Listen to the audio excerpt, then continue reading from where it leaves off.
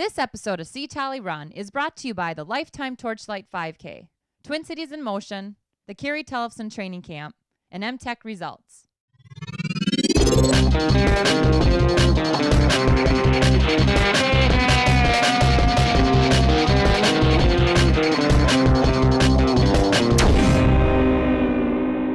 Hi, I'm Olympian Carrie Tollefson, and today I'm going to share with you part 1 of our 4-part marathon training guide. So let's get after it. We're going to meet up with Coach John Schueller from Lifetime Run Club to give you a training plan outline.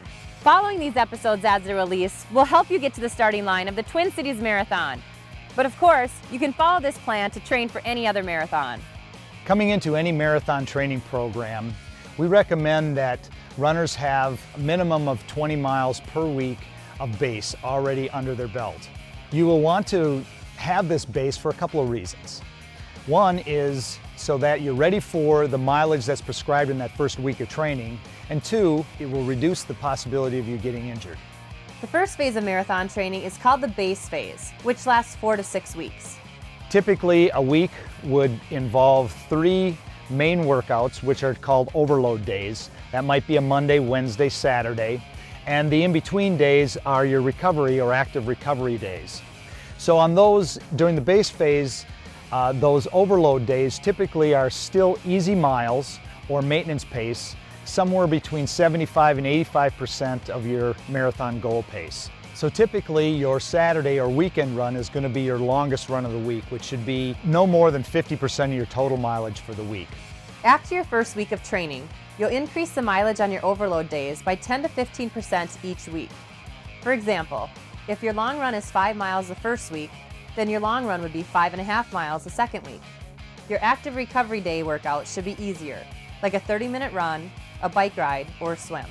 So during that base phase, we focus primarily again on aerobic endurance, which is 75 to 85% of what your marathon goal pace would be. So they're going to be a little slower. But within each of those runs, we do some speed development work, which would be like strides or bursts of speed on a hill and such. Typically, these speed development segments are no more than 20 or 30 seconds in length, and you might do 6 to 10 of those repeats throughout one of those peak workouts during the week. And as we move on in the base phase, we start to introduce a little bit more of those types of workouts. But we want to really build that endurance, aerobic endurance over that period of time, because that's really the key to having a successful marathon.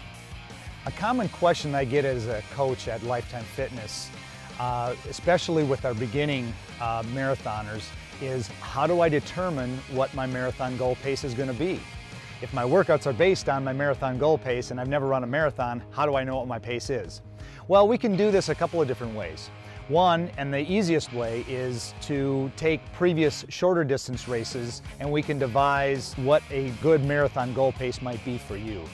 We recommend that you train safely and find a group or coach to help you get after it.